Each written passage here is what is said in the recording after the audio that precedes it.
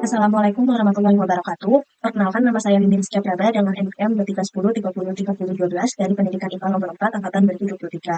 Di video kali ini saya akan memberikan informasi cara penggunaan dari multimedia interaktif yang telah saya buat, di mana pembuatan multimedia interaktif dan cara penggunaan ini ditujukan sebagai tugas dari Project Based Learning mata kuliah media pembelajaran IPA dengan dosen pengampu Bapak Eko Julianto, Magister Pendidikan.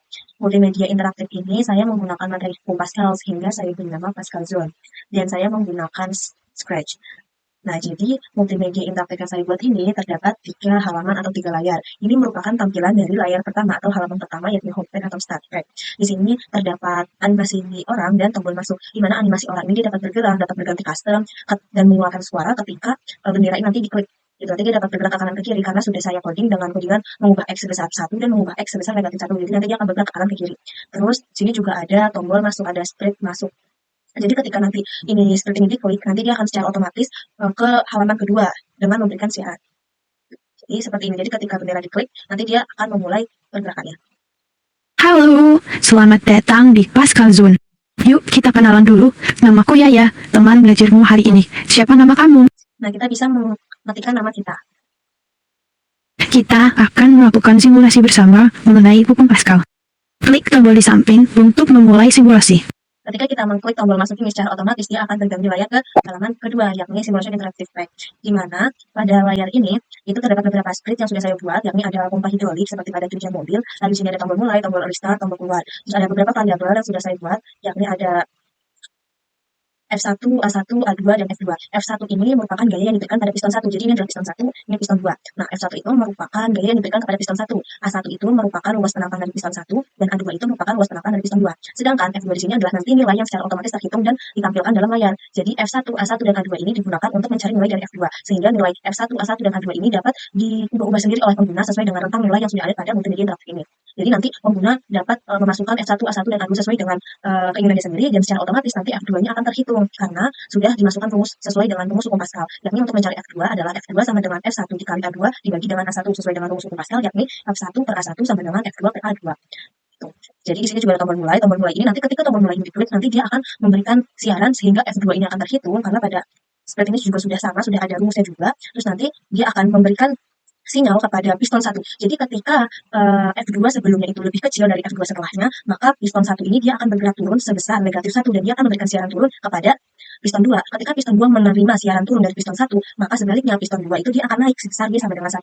Sebaliknya, ketika F2 sebelumnya nilainya lebih besar daripada nilai F2 setelahnya, maka piston 1-nya itu akan naik sebesar dia sama dengan 1 dan dia akan memberikan siaran naik kepada piston 2. Ketika piston 2 mendapatkan siaran naik dari piston 1, maka piston 2 ini dia akan bergerak turun sebesar dia sama dengan negatif 1.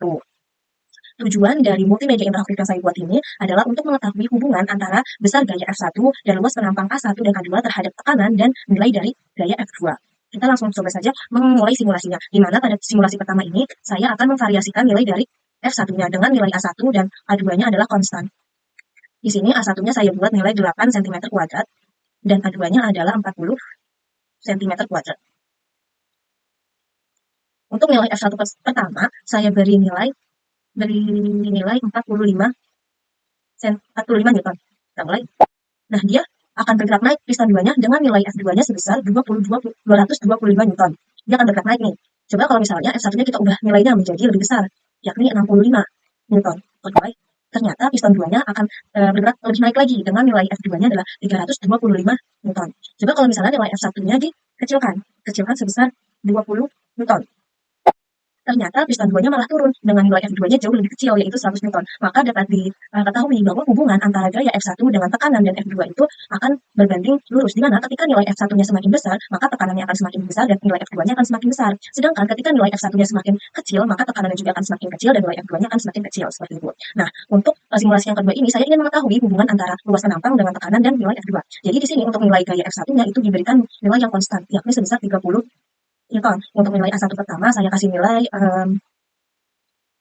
cm kuadrat. Untuk nilai A2-nya adalah 27 cm kuadrat. Nah, ketika luas penampangnya kecil, piston 2-nya akan naik dengan nilai F2-nya adalah 135 Newton.